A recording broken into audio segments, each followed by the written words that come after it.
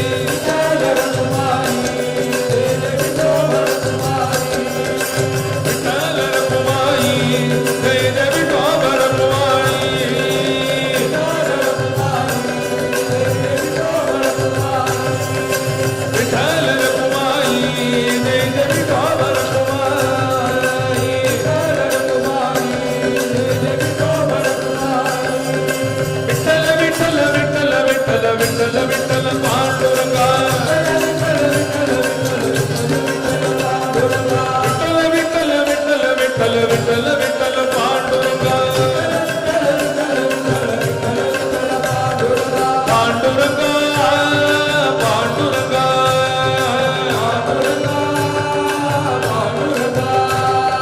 சாதுலரா வீருரண்டி பண்டரிபுரம் உபதாம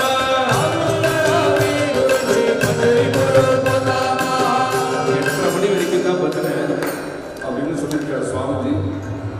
அதனால மேல இன்னொரு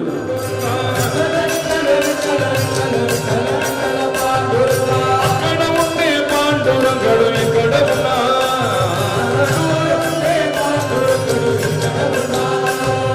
அக்கட உண்டே பாண்டுரங்கடு கடவுளா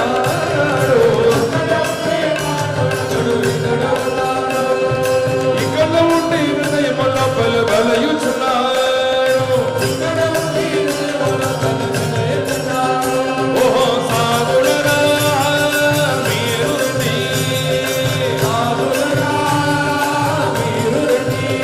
ఓహో భక్తులరా మీరుని భక్తులరా విఠల విఠల విఠల విఠల విఠల విఠల పాండురంగా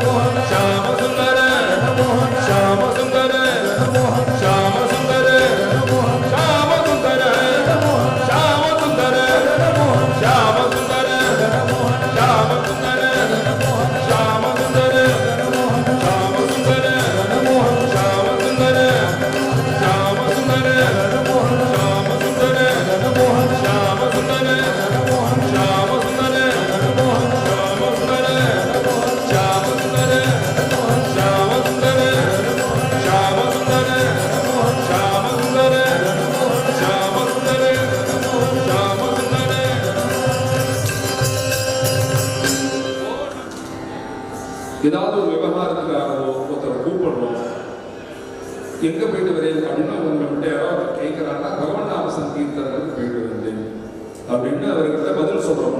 கேட்ட கேள்விக்கு பதில் சொல்றோம். இது ஒரு விவகாரம் தான். இது மாதிரி பகவன் நாம சங்கீர்த்தனத்துக்கு போயிட்டு வந்தேன்னு சொன்னா நம்மளுடைய பாவம் எல்லாம் போகுது. சாங்கீர்த்தியம், பாரிஹாஸ்யம். அடுத்தது வந்து பார்த்தேன்னா இன்னைக்கு சொன்னா இருக்கக்கூடிய ஜனங்களுக்கு புரியவே புரியாது. ஒரு 50 வருஷம் 60 வருஷத்துக்கு 60 வயசானவர்களுக்கு சொன்னா வேணா புரியும். நடந்த கிராமத்திலாம் பார்த்தீங்கன்னா உச்சவர்த்தி கிராமத்தில் வருவாங்க. ஒரு பக்கம் வந்து அவர்களுக்கு வந்து கார் அனுப்பி நமஸ்காரம் பண்ணி பூஜை பண்ணி சந்திரன் வந்து மாலை போட்டு அக்ஷதை போட்டு பணம் கொடுத்தாலும் ஒரு பக்கம் வந்து கரும்பு சக்கரை முழுக்க திட்டிட்டு இருப்பான். இவர்கள் சம்பாதிக்கிறதுக்கு நல்ல கடவுளோட நாமத்தை சொல்லிட்டா இவனும் இல்லை அவனும் இல்லை, அவர் என்ன வேணாலும் நம்ம பேசிட்டு போவோம். இது நம்ம வந்து இது மாதிரி ஒரு கோஷ்டி இருந்தாலும் சொல்ற மாதிரி ஆயிடுச்சு.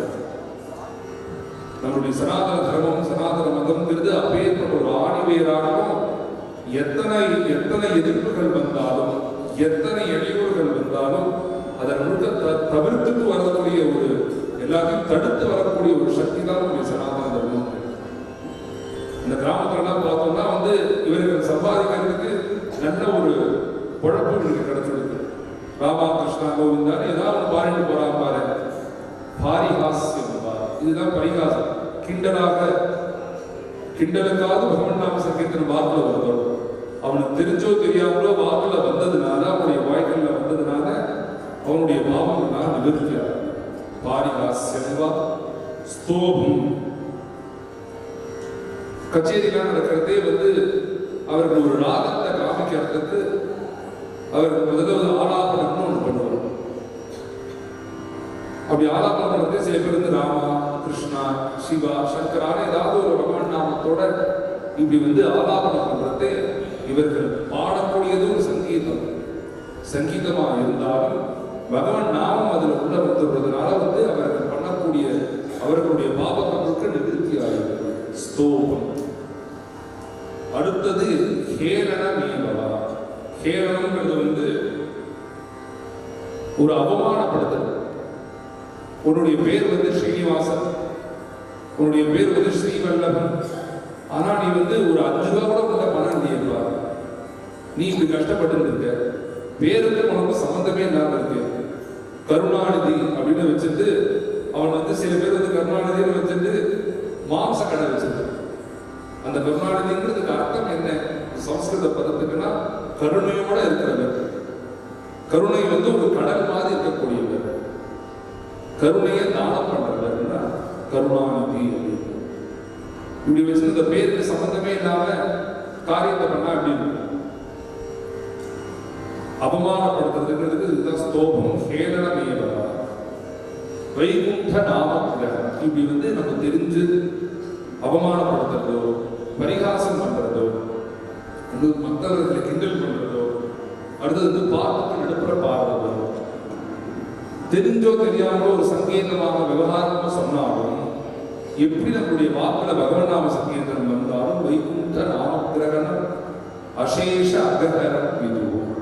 ஒரு பணி காத்தால 9 மணி வரைக்கும் நம்முடைய ரொட்டீன் முழுக்க நடக்குமா நடக்காதான்னு பயமா இருக்கணும். பணியை பார்த்தா சூரியன் வந்தா எப்படி பணி தானாக விலகிறதோ அது மாதிரி வைகுண்ட நாமம் பகவானுடைய நாமத்தை சொல்லிட்டா நம்முடைய பாவங்களுக்கு நிவர்த்தி ஆகிறது. வைகுண்ட நாமக்கிரகணம் அசேஷ அககரம் இது அப்படின்னு பகவான் நாமத்தினுடைய ஒரு பெருமையை ஸ்ரீமத் பாகவதம் சொல்றது. எத்தனையோ புராணங்கள் இருந்தாலும் ஸ்ரீமத் பாகவதம் மாத்திரமே ரொம்ப பிராக்டிக்கலாக பக்தியை நம்மளுக்கு வந்து ஒரு விஷயமாக எடுத்து சொல்லிக் கொடுக்கும்.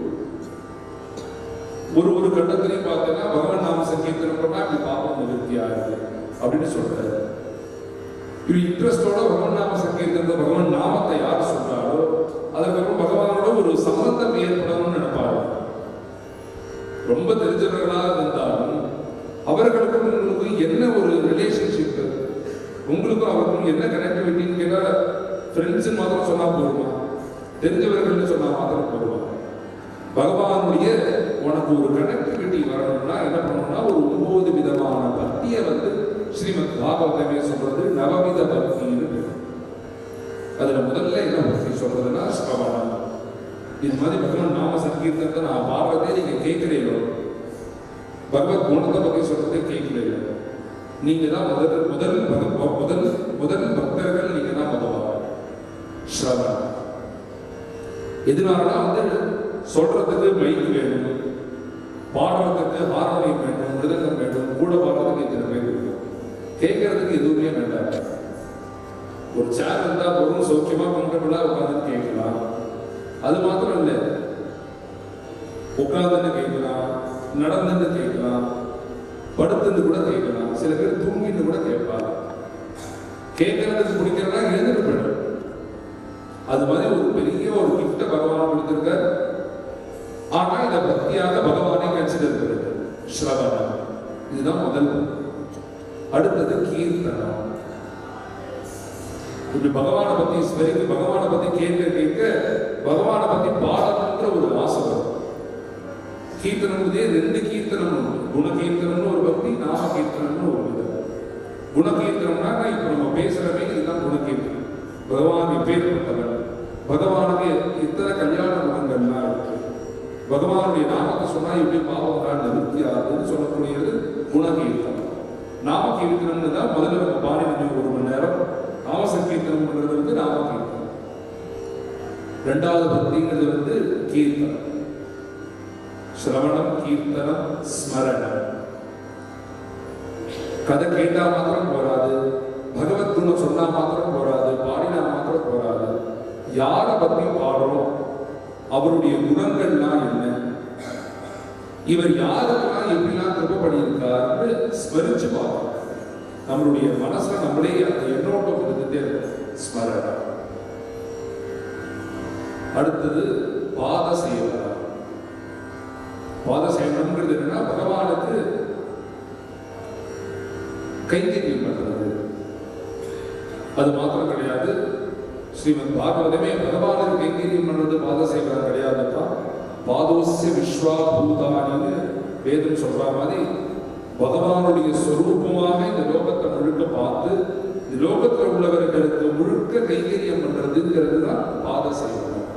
நம்மளால அந்த உபகாரம், ஏதோ ஒரு கஷ்டம் இயற்கையினால இருக்கலாம், நம்மளே ஏற்படுத்திட்டதாக இருக்கலாம், வெளியிலேருந்து யாருக்காக வந்திருக்கலாம். இப்படி ஜனங்கள் கஷ்டப்படுறது அவர்களுக்கு தன்னால ஆன உபகாரத்தை பண்றதுதான் வந்து பாத சேவனம் அப்படின்னு ஸ்ரீ பகவானே வேதத்தில் சொல்ற, பகவத்கீதையிலும் சொல்ற, ஸ்ரீமத் பாகவதத்திலையும் சொல்ற. பாத சேவனம்ங்கிறது வந்து ஜனங்களுக்கு பண்ணக்கூடிய ஒரு கைங்கரியம், ஜனங்களுக்கு பண்ணக்கூடிய ஒரு சேவை தான் பாத சேவனம்ங்கிறது. இப்பேற்பட்ட இந்த பக்தியை வந்து நம்ம போய் பார்க்கணும்னா எங்க பார்க்கலாம்னா நம்மளுடைய ராமகிருஷ்ண மடத்துல தான் பார்க்கணும். நம்மளுடைய ஆசிரம தஞ்சாவூர்ல விபுதானந்த சுவாமி மகாராஜ் இருக்கார். ராமகிருஷ்ண மடத்துல எல்லா எங்களுக்கு கோவிந்தபுரம் விட்டல் சம்ஸ்தான் வேற இல்லை, ராமகிருஷ்ண மடம் வேற இல்லைன்னு தான் நாங்கள் பழகுவோம். இருந்தாலும் சில மகாராஷ்டிரா ரொம்ப ஒரு ஒரு ஒரு ஜாஸ்தி பரிச்சயம் உண்டு. நம்ம விபுதானந்த மகாராஜ் வந்து தஞ்சாவூர் பக்கத்தில் உள்ள அந்த பெரிய வெள்ளம் வந்தது, பெரிய ஒரு சூறாவளி வந்து ஊரே அழிஞ்சு போற மாதிரி ஆயிடுது. கஜா புயல்னு ஒரு புயல் வந்ததே.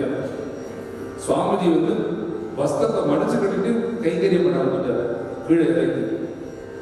இதுதான் பகவான் சொல்றார் பாதோஸ்ய விஸ்வா பூதானின்னு. இதுதான் ஜனங்களுக்கு சேவை பண்ணா பொறுப்பா, மக்களுக்கு சேவை பண்ணாலே மகேஸ்வரனுக்கு சேவை பண்ணலாம்.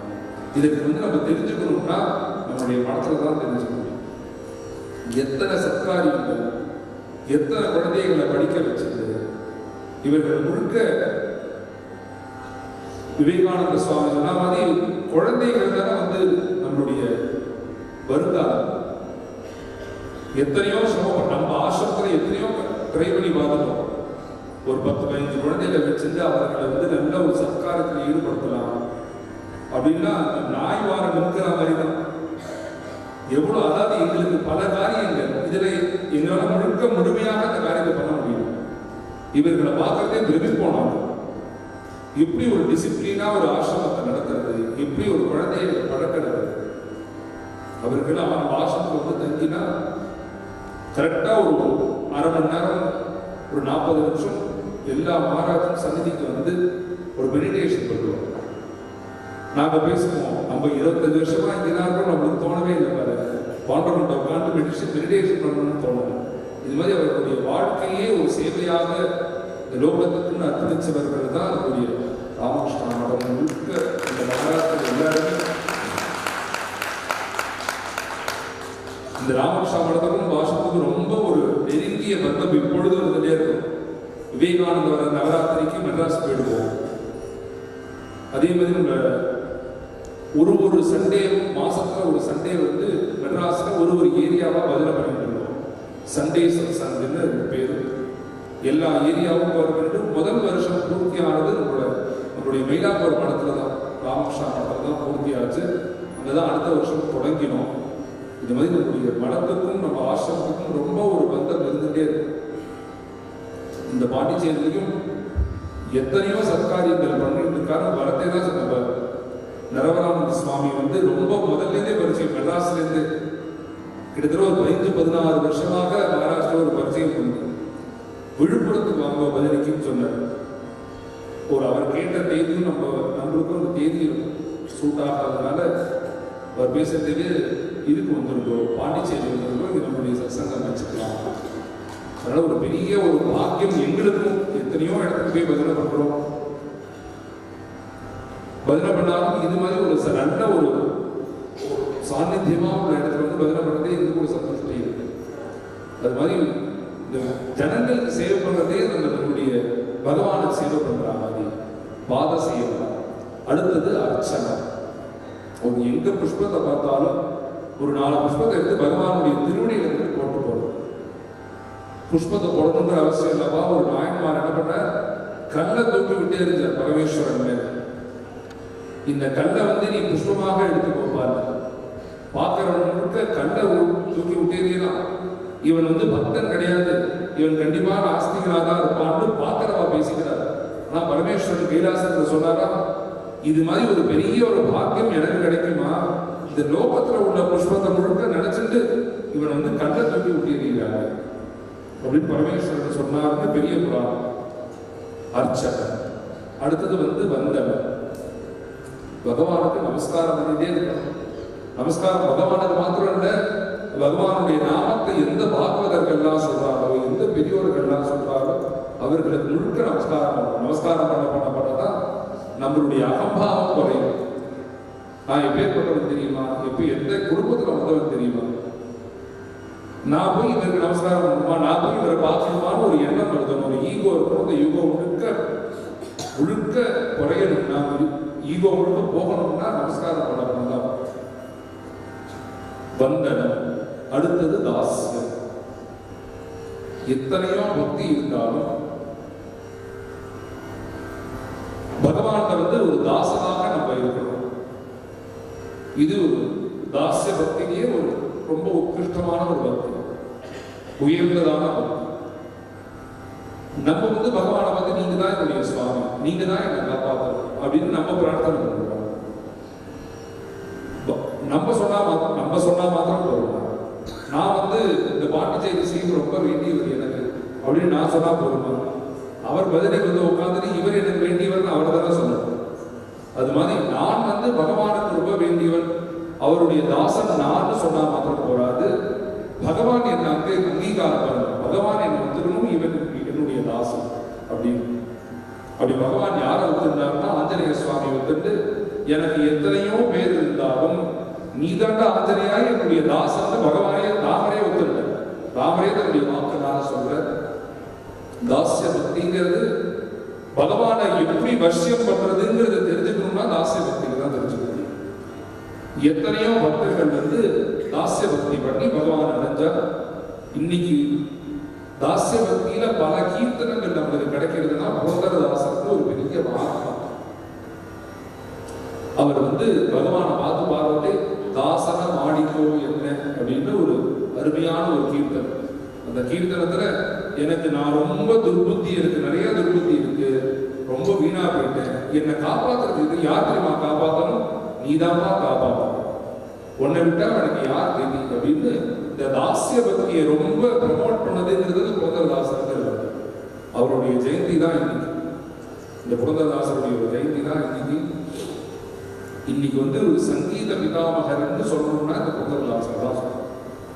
நீங்க நம்ம சரிகம பதனிசார் ஒரு குழந்தை பாட்டு கத்துக்கிறாங்கன்னா இந்த மாடல்ல தான் கத்துக்கணும், இந்த பேட்டர்ல தான் கத்துக்கணும்னு நிர்ணயம் பண்ணதுன்றது புரந்தரதாசர். ஒரு சங்கீதத்துக்கு மாத்திரம், ஒரு சங்கீதத்துல மாத்திரம் இல்ல, பக்தியிலையும் அப்பேற்பட்ட ஒரு பெரிய மகாத்மா. அதுவும் தாஸ்ய பக்தி தான் இருந்தாரு. தாசன மாடிக்கோ இல்லைன்னு எல்லா பக்தர்களுக்கும் பார்த்து அவர் சொல்றாரு, நம்ம பகவான குழந்தையாக பார்க்கலாம், சகாவாக பார்க்கலாம், இல்லாட்டி பகவானை எங்கும் எல்லா இடத்துலையும் பகவான் தான் இருக்கலாம், தூணிலையும் இருக்கலாம், துருப்பிலையும் இருக்கிறான்னு பார்க்கலாம், இல்லாட்டி பகவான் தான் வந்து நாயகன், நான் பகவானுடைய நாயகின்னு பார்க்கலாம். இதெல்லாம் பார்க்கறதுக்கு உனக்கு வந்து ரொம்ப உன்னுடைய மனசானது ரொம்ப ஒரு நல்ல ஒரு அட்வான்ஸ் லெவல்ல இருக்குப்பா. நீ இப்பதான் வந்து ஒரு கொசு மாதிரி பறக்கிற. எத்தனையோ உன்னுடைய விவகாரங்களுக்கு மனசுல ஓடி இருக்கு. அப்படி இருக்கிறதே பகவான்கிட்ட நீ எப்படி பக்தி பண்றது, பகவானை எப்படி நினைக்கணும் தெரியுமா? அவர் சுவாமி, நம்ம தாசன் அப்படின்னு நினைச்சிட்டோம்னா நம்மளுடைய பாவம் எப்போதுமே மாறாமல் இருக்கும் அப்படின்னு எல்லா பக்தர்களுமே இந்த தாசிய பக்தியை ஒரு படி மேலாக தான் சொல்லுவோம். இன்னைக்கு வந்து இந்த பாண்டிச்சேரியில் எத்தனை பேர் வந்து பண்றையூர் போய் பாடுறாங்க? நான் பார்த்துருக்கேன். வந்திருக்கிறவங்க ஒரு 10-15 பேராவது போய் பண்றையூர் பார்த்துருக்கோம். இப்படி பார்த்துருக்கிறதுக்கு காரணம், இன்னைக்கு பண்றையூர் போய் பார்த்துட்டோம். மகாராஷ்டிராவில் ஒரு சுமார் ஒரு 300 வருஷத்துக்கு முன்னாடி பாண்டுரங்கன் வந்து பன்றையபுரத்திலே இல்லாம ஹம்பியில தான் இருந்தது. ஹம்பின்னு ஒரு க்ஷேத்திரம், கிஷ்கிந்தான்னு ராமாயணத்தில் வருதே அந்த க்ஷேத்திரம் தான் ஹம்பிங்க. ராமராயன்னு ஒரு பெரிய ஒரு மகாராஜா, அவன் வந்து ஒரு பெரிய ஒரு சாபகன், ஒரு சக்தி உபாசகன். ஒரு சக்தி உபாசனை பண்ணிட்டே இருக்கிறது. ஒரு அவனே உபாசனை பண்ணுவான். அந்த சமயத்துல ஒரு பாகவதர் வந்தார். பாகவதர் வந்து என்ன சொல்ற, இந்த ராஜா பூஜை பண்ணிட்டு போய் ஜனங்களை பார்க்கறதுக்கு ஒரு பாகவதர் மாதம் புதுசா வந்திருந்தார். நீங்க யாரு என்னன்னு கேட்கறது, நான் வந்து பண்டரிபுரம்னு ஒரு ஊர்ல இருந்து வரேன். அந்த க்ஷேத்திரத்துல சரி பண்டரிபுரத்துல என்ன விசேஷம் அப்படின்னு இந்த ராஜா கேட்கிட்டே அவர் சொல்ற, அந்த ஊரே பெரிய விசேஷம் தான் அப்படின்னு அவர் அந்த பாகவதர் ராஜாட்டையே சொல்றார். இப்படி சொன்ன உடனே ராஜாவுக்கு ஒரு கிண்டலாக அவன் சொல்றான், சாப்பாடு கிடைக்காத ஒரு பிராமணன் தானே பூஜை பண்றான் அவங்க பாடுறாங்க, என்ன மாதிரி ராஜா பூஜை பண்றாங்க அப்படின்னு ராஜா கேட்ட உடனே இந்த பாகவதற்கு மகாகோபம் வந்தது. கோபம் வந்து, நீ என்னப்பா நினைக்கிறீங்க, நீ எந்த அம்பாரை வந்து உபாசனை பண்றையோ அப்பேற்பட்ட அம்பாரை வந்து எங்க பாண்டவனுடைய சந்நிதியை வழக்கமாற வச்சு கிளீன் பண்ணிட்டு இருப்பாங்க, பெருக்கிட்டு இருப்பா அப்படின்னு இந்த பாகவதர் ஒரு ஆக்ரோஷத்துல பேசிட்டு பாகவதர் பேசினதுக்கு அப்புறம் என்ன ஆகுது,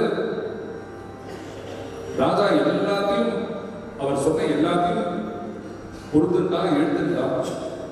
அவர் வந்து அவருடைய யார் உபாசனை பண்றானோ அந்த அம்மா வந்து வழக்கமாக வச்சு பெருக்கிட்டு இருக்காரு அப்படிங்கிறத அவனால ஏற்றுக்க முடியாம என்ன பண்ணிட்டா, இப்பயே உங்களோட நான் பண்றே விரும்புறேன், ஹம்பியிலிருந்து வந்து நீங்க சொன்னதுக்கு அங்க இருக்கான்னு பார்ப்போம். மகாவிஷ்ணு முழுக்க பிரம்மா பரமேஸ்வரன் வந்து கையில் துளசி மாலை வச்சு நாமசங்கீர்த்தனம் இருப்பா, நாமஜபம் பண்ணுவா. இது மாதிரி பகவான் பண்றையபுரத்துக்கு ஒரு 10 கிலோமீட்டருக்கு முன்னாடியே கோவிலுடைய பிரகாசம் வந்து ஆகாசத்தில் அடைக்கும் அப்படின்னா அவர் படுத்து இஷ்டத்துக்கு பேசிட்டு இந்த ராஜா என்ன பண்றா, இந்த பாகவதரையும் அழிச்சிட்டு நேரா பண்றையபுரத்தை நோக்கி வர்றது. இந்த பாகவதர் அப்பதான் வந்து சுய நினைவுக்கு வர ராஜாவை பார்த்து ஒரு ஆக்ரோஷத்துக்கு தான் பேசிட்டார். வந்துட்டு இருக்கிறவா கூட இருக்கிறவனை பார்த்து கேட்கிறா, நம்ம எங்க போறோம் அப்படிங்கிறது. கூட வந்தவன் சொல்றான், இது மாதிரி ராஜா எந்த ஊர்ல இருந்து வந்தேன்னு கேட்டா, நீ வந்து நான் பண்றையபுரத்துல இருந்து வந்தேன், நீ என்னப்பா இந்த ராஜா பூஜை பண்ற, இந்த நீ எந்த அம்மாவை பூஜை பண்றியோ அந்த அம்மா வந்து என்னுடைய சுவாமியினுடைய கோவிலை பெருக்கிறாப்பா அப்படின்னு நீங்க சொன்னேன்.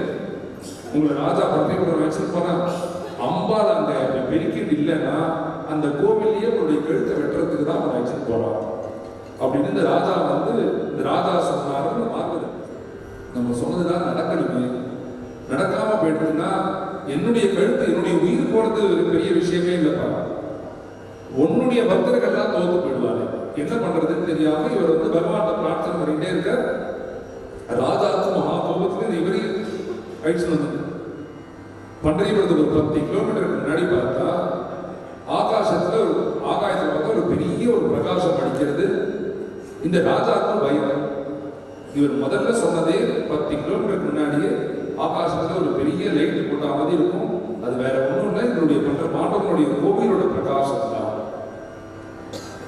இவர் சொன்னது முதலே நடந்துடுது அப்படின்னு ராஜா பயந்தே பண்றையபுரத்துக்குள்ள வர பார்த்தா அதே மாதிரி எல்லா தேவதைகளும் பண்றையபுரத்தை பஜனை பண்ணிட்டே பிரதட்சிணம் பண்றா. பிரம்மாவும் பரமேஸ்வரனும் கையில வந்து நாமஜபம் பண்ணிட்டு மாலையை வச்சு நாமஜபம் பண்ணிட்டு இப்படியே பிரதட்சிணம் பண்ற. இது பண்ணிட்டே இருக்கிறதே ராஜாவுக்கு என்ன தோன்றதுன்னா இவர் சொன்னது எல்லாம் நடக்கணும். ஆனா நம்மளுடைய யார் உபாசியமான தெய்வமான அம்பாள் வரகுமாரன் கையுமா இருந்துடக்கூடாது அப்படின்னு ராஜா பயந்துட்டே வரதே பார்த்தா பாண்டவன் சந்நிதியிலேயே வரகுமாரை வச்சுட்டு பெருக்கிட்டு இருக்கானா அம்மா. ராஜா ஓடி போய் கால்களில் விழுந்து திருவடியில் விழுந்து அழ, நீங்க வரகுமாரை வச்சுட்டு பெருக்கலாம், தொடப்பத்தை நீங்க கையில தூக்கலாம். உடனே அம்பா சொல்றா, நான் வெளியில இன்னொருத்தர் இடத்துக்கு போய் பண்ணலையேப்பா, என்னுடைய அண்ணா வீடு தானே, பாண்டவங்கிறவர் என்னுடைய அண்ணா தானே, அவருக்கு நான் தானே கைங்கரியம் பண்ணுவேன். யார் கைங்கரியம் பண்ண போற? நான் நல்ல சமயத்துக்காக காத்து இருந்தேன். எப்ப என்னுடைய திருவடியை நீ பிடிச்சுட்டையோ உன்னை பாண்டவங்க பக்தனாக ஆக்கணும்னு நான் சங்கல்பம் பண்ணிட்டேன். அதனாலதான் இப்படி நீரையே நான் பண்ணேன். நேரா உள்ளப்போ பாண்டவனை சாஷ்டாங்கமா நமஸ்காரம் பண்ணு, அவர்கிட்ட என்ன வேணுமோ நீ கேட்டு வாங்கிக்கோ அப்படின்னு அப்பா உத்தரவு பண்ண உடனே இந்த ராஜாவும் நேரடியாக போனா பாண்டவன் நேராக பேசுறாரு. ராமராஜா எப்படி இருக்க, சௌக்கியமா இருக்கேன்னு பாண்டவன் கேட்கிறாரு. இது கேட்ட உடனே பாண்டவன் உனக்கு என்ன வேணும்னு இந்த ராமராயன் கேட்ட உடனே இந்த ராமராயன் சொல்றான், இந்த பாகவதர் சொன்னதுனால தான் நான் இந்த பன்றையபுரம் வரைக்கும் ஒரு 300 கிலோமீட்டர் டிராவல் பண்ணி வந்தேன், உங்களை பார்க்கணும்னு தான். அதனால ஒரு தடையும் என்னால் ஹம்பியிலேருந்து பன்றையபுரம் வந்துட்டு போக முடியாது. அதனால நீங்க என்னோட ஹம்பிக்கு வந்துருங்க அப்படின்னு பாண்டவனையே தூக்கிட்டு போயிட்டான் ஹம்பிக்கு. ஒரு 100 வருஷ காலங்கள் பன்றையபுரத்துல இல்லாம பாண்டவன் ஹம்பியில தான் இருந்தார். பாண்டவன் எந்த பீடத்துல இருந்தாரோ, எந்த கோவில் இருந்தாரோ, இன்னைக்கும் அந்த கோவில் இருக்கு ஹம்பி. பன்றையபுரத்தையும் தியாகம் பண்ணா, ரகுமாயும் தியாகம் பண்ணா, எல்லா பாகவதர்களையும் தியாகம் நேரடியாக ஹம்பியில போய் உட்கார்ந்துட்டு ராஜா பூஜை பண்றான், சௌக்கியமாக இருக்கு. 100 வருஷம் ஆனதுக்கு அப்புறம் ஒரு பெரிய மகாத்மா வந்தார். மகாத்மா பன்றையபுரத்துக்கு சுவாமி தரிசனம் பண்ணணும்னு வருது. அந்த யோக பீடம் காலியாக இருக்கு. எங்க போனார் பாண்டவன் கேட்டா, இது மாதிரி ஹம்பி போயிட்டு ஹம்பியில பூஜையை பண்ணிட்டு ராஜா பூஜை பண்ணிட்டு இருக்கான், ஹம்பியில இருக்காரு. சரி, ரகுமாயி எங்க இருக்கானா, ரகுமாயி மாத்திரம் பன்றையபுரத்துல இருக்காரு. ரகுமாயி பார்த்த உடனே ரகுமாயி சொல்றா, நான் சொல்லி கூட கேட்க மாட்டேங்கிற ஒரு பக்தன் வருவான், அவன் வந்ததுக்கு அப்புறம் தான் நான் திரும்பி பன்றையபுரம் வருவேன்னு சொல்லிட்டு போயிட்டேன். அந்த மகாத்மா என்ன பண்ண, சரி நம்ம தான் அந்த பக்தனா இருப்போமா இருக்க இல்லையான்னு நமக்கு தெரியாது, நம்ம கொஞ்சம் ட்ரை பண்ணி பார்ப்போம், எப்படியாவது பகவான் அழிச்சுன்னு வரதுக்கு ஏதாவது கொஞ்சம் மாதிரி நம்ம ட்ரை பண்ணுவோம், முயற்சி பண்ணுவோம்னு என்ன பண்ண, நேரடியாக ஹம்பி போனார். இப்படி ஹம்பி போன உடனே அங்க இருக்கிறவா எல்லோரும் எப்படி அம்மாவை பூஜை பண்ணானோ அதே மாதிரி பாண்டவனுக்கு பூஜை. இந்த ராஜாவே தன்னுடைய கைகள்னால பண்ணுவான். வந்திருக்கிற எல்லா பக்தர்களுக்கும் பிரசாதம் கொடுப்பான். எங்கே நம்ம விசாரிப்பு. இந்த பன்றையபுரத்திலிருந்து ஒரு மகாத்மா வந்தாரு. அவரும் நீங்க பூஜைக்கு போன, பூஜைக்கு போறதே அவரை பாண்டவன் பார்த்துட்டார். யோக பீடத்தில் இருக்கக்கூடிய பாண்டவர்கள் இந்த புதுசாக அந்த பாகவதரை பார்த்துட்டு ஒண்ணுமே சொல்லாம சைலண்டா இருந்தது. இந்த ராஜா பார்த்த, எங்கேயிருந்து வரேன், நான் பன்றையபுரத்திலிருந்து வரேன், உங்களுடைய தெய்வம் தான் உள்ள இருக்காரு, போய் பார்த்தீங்களான்னு ராஜாவே அனுப்புறார். ராஜா அனுப்பிச்ச உடனே அவர் நேரடியாக பாண்டவன் போற, இப்படி போற தெய்வம் அவர் திட்டிகிட்டே போறாரு. எங்க எல்லாரையும் விட்டுட்டு இந்த ராஜா பூஜை பண்ணாடி உட்கார்ந்துட்டு இருக்க பத்தியா, உனக்கு இவ்வளவு கொழுப்பு இருக்கும் பாண்டவனை திட்டுறாரு. எல்லாருக்கும் கண்ணா இருக்கக்கூடிய பாண்டவன் இவரை பார்த்து பேசுறான். இப்ப நம்ம பேச வேண்டாம், ராத்திரி நானே நீ எங்க தங்கியிருக்கியோ அந்த இடத்துக்கு வந்து சத்திரத்துக்கு தங்கியிருக்க, அந்த சத்திரத்துக்கு பாண்டவனே ராத்திரி வர என்ன பண்ற, அவர் இது மாதிரி ஒரு பாண்டவன் போட்டிருக்கிற மாலையை அந்த பாகவதர் கழுத்துல போடுற, எக்காரணத்திலையும் இந்த மாலையை நீ கட்டவே கூடாது, நீ குளிச்சாலும் கட்டாத, தூங்கினாலும் கட்டாத, ராஜாவே கூப்பிட்டாலும் இந்த மாலையோட தான் நீ இருக்கணும், மாலையை கேட்டு மாத்திரம் போகக்கூடாது. பாண்டவன் உத்தரவு பண்ண உடனே இவன் என்ன பண்ண, மாலையை போட்டுட்டே இருக்க ராத்திரி படுத்துட்டார். திருப்பி காத்தால திருப்பள்ளி எழுச்சிட்டு போதனத்துக்கு வரணும். ராஜா கதவு திறந்து பார்க்கிறான், பாண்டவன் கழுத்துல உள்ள மாலையை காணும். உடனே இந்த ராஜாவுக்கு முதல் சந்தேகமே, பன்றையபுரத்திலிருந்து ஒரு பாகவதர் வந்தாரே அவர் தான் தூக்கிட்டு சொல்லிட்டு அவர் எங்க இருக்காருன்னு தேடுன்னு சொன்ன உடனே அங்க உள்ள ஆட்கள் முழுக்க வந்து இது மாதிரி ஒரு சத்தத்தை தான் தங்கியிருக்க. அங்க போய் பார்ப்போம்னா அவர் இந்த கோதாவரி நதியில வந்து ஸ்நானம் பண்ணிருக்க. இப்படி ஸ்நானம் பண்றதே பாண்டவன் தான் சொல்லிட்டாரு கேட்டாரு. அவர் கேட்டாம என்ன பண்ணாரா, அப்படியே மாலையோடைய ஸ்நானம் பண்ணி முடிவுக்கு எழுதுகிற மாலை அந்த பாகவதர் கழுத்துல தான் இருக்குன்னு இந்த ஆட்கள்லாம் அவரை வந்து பிடிச்சு நேரடியாக ராஜா கிட்ட கொண்டு போனா, ராஜா வந்து என்ன சொல்றா, உன்னை பாகவதற்கு நம்பிதானே உள்ள விட்டு நீ வந்து பாண்டவன்கிட்டே மாலையை திரும்பின்னு போறிய, நீலாம் ஒரு பாகவதரா அப்படின்னு ராஜா கிட்ட ராஜா வந்து கோபப்பட்டு பேசின உடனே இவர் சொல்றார், நான் வந்து இந்த மாலையை போட்டதில்ல, பாண்டவன் தான் போட்டார். பாண்டவன் எப்படி போட முடியும், அந்த அளவுக்கு நீ என்ன பெரிய பக்தனா அப்படின்னு இந்த ராஜா கேட்க கேட்க கேட்க இந்த பாகவதர் பதில் சொல்ல சொல்ல பாண்டவன் யோகப்படுத்துறது கிளம்பி கொஞ்சம் கொஞ்சமா அந்த பாகவதர் வந்த உடனே சொல்ற, நீ என்னை பத்தி என்ன வேணாலும் அபசாரம் பண்ண, நான் பொறுத்துப்பேன். என்னை பத்தி என்ன வேணாலும் திட்டு, நான் கேட்டுக்கிறேன். ஆனா என்னுடைய பாகவதரை பத்தி, என்னுடைய பக்தாரை பத்தி நீ எப்படி பேசலாம்? அவன் எப்ப திருடன்னு நீ சொல்லிட்டியோ, இனிமே இந்த ஹம்பியில நான் இருக்க மாட்டேன், இவனோட கிளம்பி நேரம் பற்றி போவேன். பாண்டவன் அப்ப சொன்னாலே ஒரு பக்தனுக்காக நான் காத்துட்டு இருக்கேன்னு. அந்த பக்தன் தான் இவர் சொன்ன உடனே ராஜா, நான் வந்து உங்களை நிறுத்த முடியுமா? இவர் பாகவதற்கு எனக்கு தெரியாது, நீங்க இப்போது ஒரு லீலை பண்ணதுங்கிறது எனக்கு தெரியாது. அவருக்கு நான் ஏதாவது ஒரு அபச்சாரம் பண்ணியிருந்தா என்னை க்ஷமிச்சிருக்கோ. ஆனா ஒரே ஒரு ரிக்வெஸ்ட் மாத்திரம் உங்களுக்கு வைக்கிறேன். இதுக்கப்புறம் என்னுடைய வழியில வரவா எல்லாருமே வந்து உங்களை பூஜை பண்றதுக்கு முன்னாடி உங்களுடைய பாகவதர்களை தான் பூஜை பண்ணணும்னு. இன்னைக்குமே கர்நாடகாவில் அவருடைய வம்சம் பார்த்தேன்னா முதல்ல ஒரு சத்காரியம்னா பகவத் பூஜையே கிடையாது, முதல்ல பாகவத பூஜை தான் பண்ணுவா. இன்னி வரைக்கும் அதை ஃபாலோ பண்ணிட்டு இருக்காங்க அவர்களுடைய குடும்பத்தில். பாண்டவன் என்ன பண்ண, இந்த ராமராயணத்தை விடைபட்டு பானுதா அந்த மகாத்மாவை கூட்ட ஒண்ணு பண்ணு, என்ன பண்றே ஒரு வயசு போயிடு. ஆனா ஒரே ஒரு கண்டிஷன் தான், நீ என்ன கீழே இறக்கி வச்சுட்டேன்னா அங்கேயே தான் இருக்கு. இன்னொரு பக்தன் வந்து திருப்பி என்ன பண்றே ஒரு வயசு போகணும்.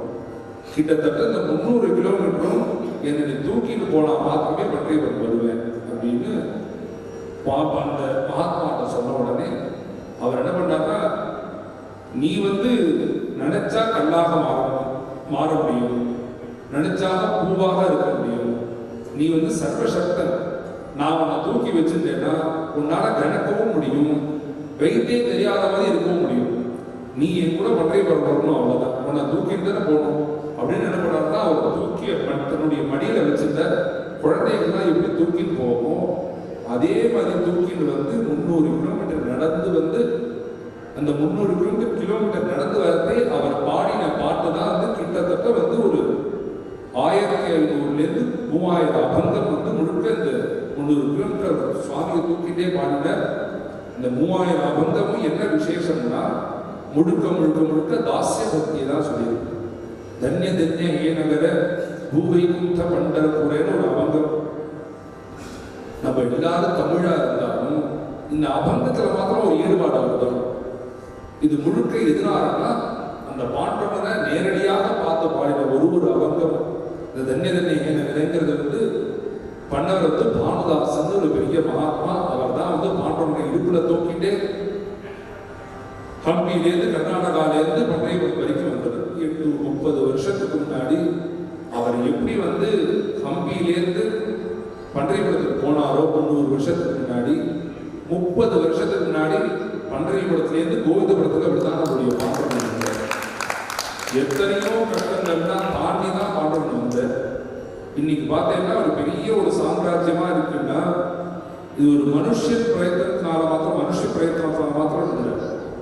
அவர் வந்து அவரே வந்து எப்படி துவாரகை பரிபாலனம் பண்ணாரோ, எப்படி வந்து திருமலையை எப்படி பரிபாலனம் பண்ணிட்டு இருக்காரோ, அதுவே நம்முடைய கோவிந்தபுரத்தையும் ஒரு நாட்களும் நாங்கள் நேரடியாக பார்த்தோம்.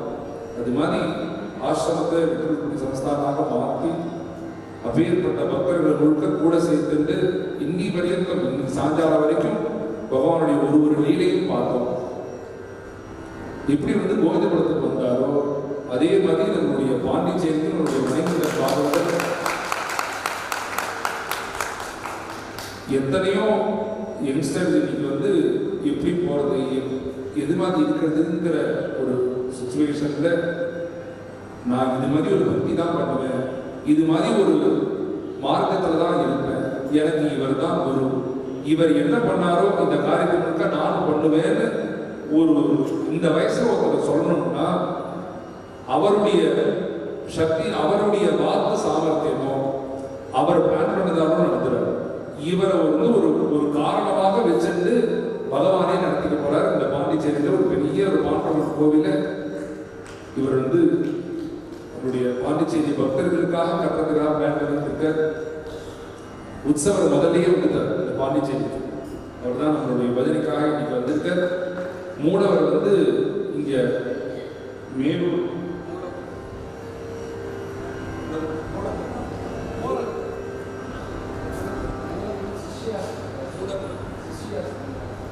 மூலகுளத்துல ஒருத்தர் ஆத்துல பாண்டவன் இருக்கார்.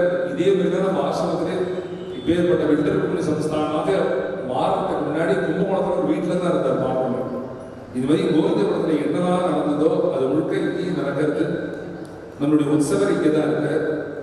இவர்கள் வந்து ஒரு கிரகத்துக்கும் போய் பகவான் நாம சங்கீர்த்தனம் பண்ணி அதுல இருந்து என்ன திரவியம்லாம் வருதோ அதை வச்சுட்டு தான் இந்த கோவிலே கட்டுறாரு.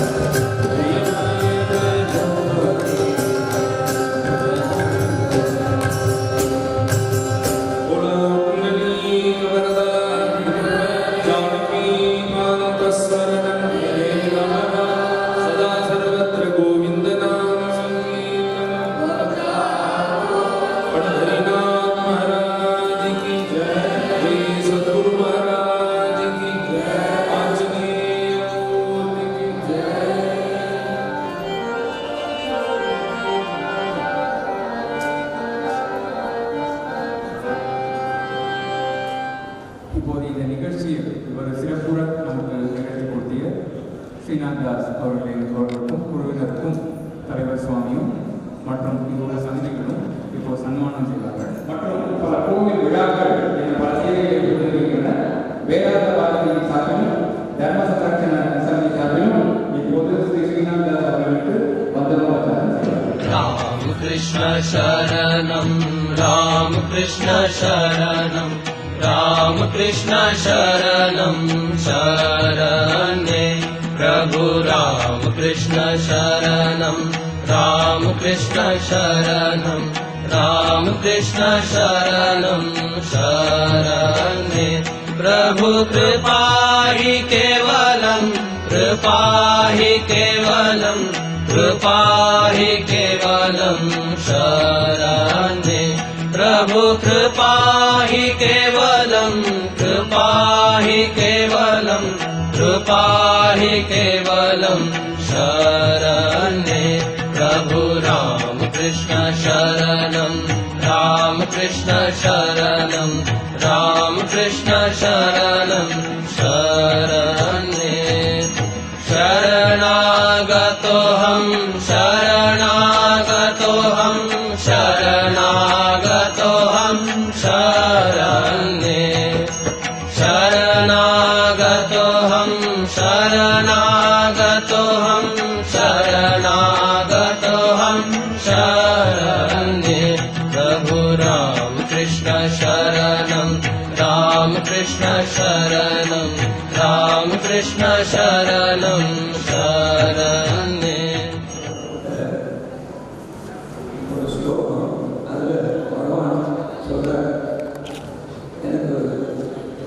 என்னுடைய குழந்தையான பிரம்மா சொல்ல நான் வேணான்னு சொல்லியிருப்பேன், பரமசிவம் வேணான்னு. என்னுடைய மார்பிலே ஸ்ரீ லக்ஷ்மி கூட எனக்கு தேவையில்லை, என்னுடைய உயிரை கூட எனக்கு தேவையில்லை, எனக்கு பகவான் தான் முக்கியம். அவரோட கோசம் என்னை எல்லாத்தையும் கூட தயாராக சொன்னது பாகவத்தில் வருது. அந்த உன்னதமான பக்தியை நமக்கு கொடுத்து நம்மளை பக்தர்களாக மாற்ற ஒரு அருமையான நிகழ்ச்சி. நமக்கு 2 மணி நேரம் எல்லாத்தையும் பார்க்கிறோம். நம்மளுடைய வீடு, நம்முடைய பிரச்சனைகள் எல்லாத்தையும் பகவத் சிந்தனையே நம்மளை வச்சிருந்தாங்க. அது ஐயா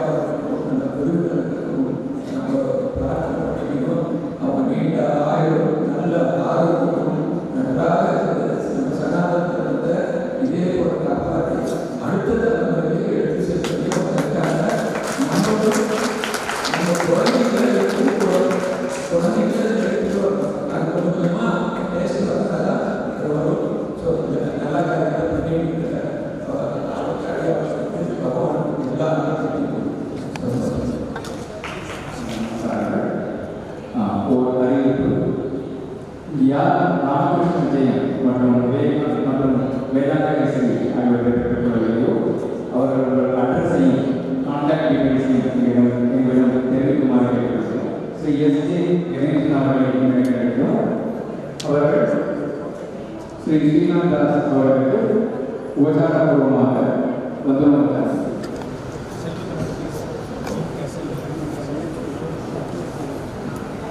இந்த அறக்கட்டளை நிகழ்ச்சிக்கு நமக்கு தந்த ஸ்ரீ எம்.பி. சந்திரபதி அவர்களுக்கு நம்முடைய மனமான நன்றியை தெரிவித்துள்ளோம்.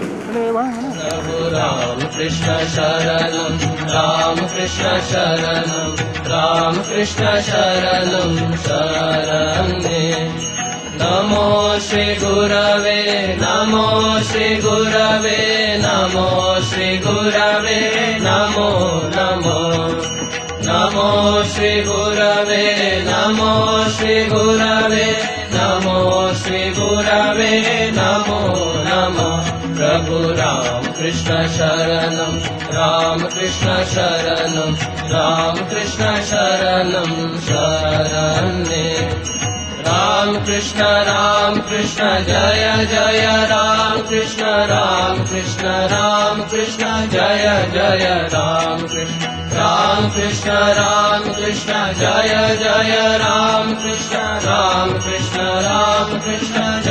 जय राम कृष्ण शरणं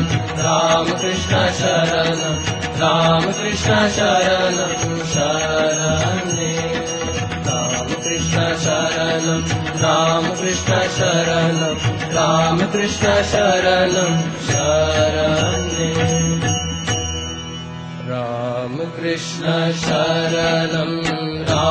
कृष्ण शरणं राम कृष्ण शरणं